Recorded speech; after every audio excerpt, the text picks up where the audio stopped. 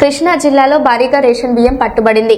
పెనుమలూరు నియోజకవర్గం గంగూరు శివార్లో గోదాంలో అక్రమంగా నిల్వ ఉంచిన సుమారు 2500 బస్తాల పీడీఎస్ బియ్యాన్ని సివిల్ సప్లై అధికారులు స్వాధీనం చేసుకున్నారు. ఈ ఘటనపై పోలీసులు సాంబశివరావు, సాయి మోహన్ నాయుడుపై కేసు నమోదు చేసి దర్యాప్తు చేపట్టారు. అక్రమ రేషన్ బియ్యం నిల్వలపై మరిన్ని వివరాలు వెలుగులోకి వచ్చే అవకాశం ఉంది.